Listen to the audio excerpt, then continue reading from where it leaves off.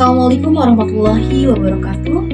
Raditu billahi robba wa bil islami dina wa muhammadin nabiyya wa rasulah amma ba'd.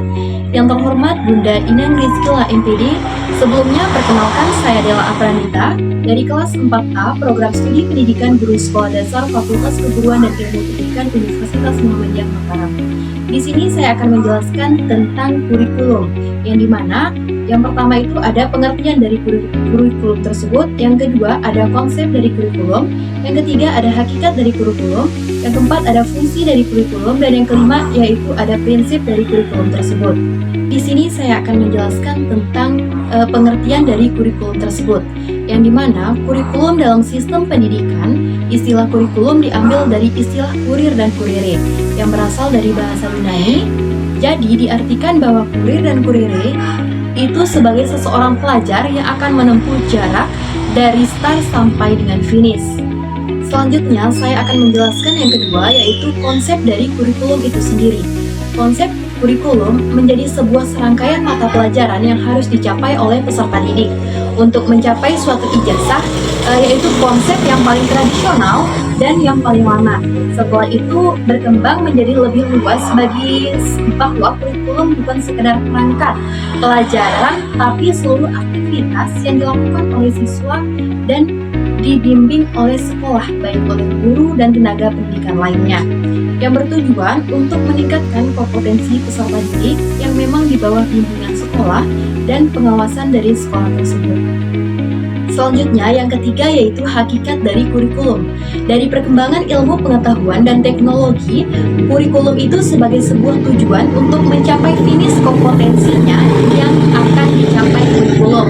Kurikulum terbagi menjadi dua bagian, yaitu yang pertama kurikulum sebagai aktivitas, yang kedua yaitu kurikulum dan alat evaluasi.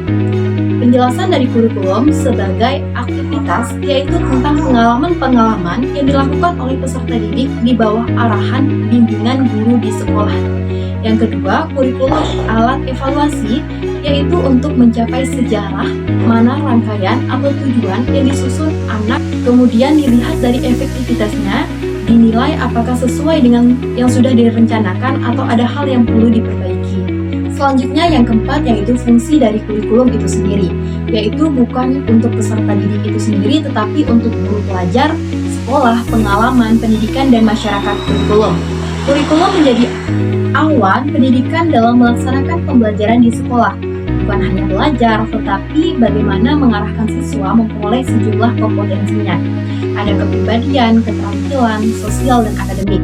Dan ada beberapa fungsi kurikulum itu sendiri, yaitu yang pertama, fungsi bagi guru, fungsi bagi siswa, fungsi bagi seleksi, dan fungsi sosial lainnya.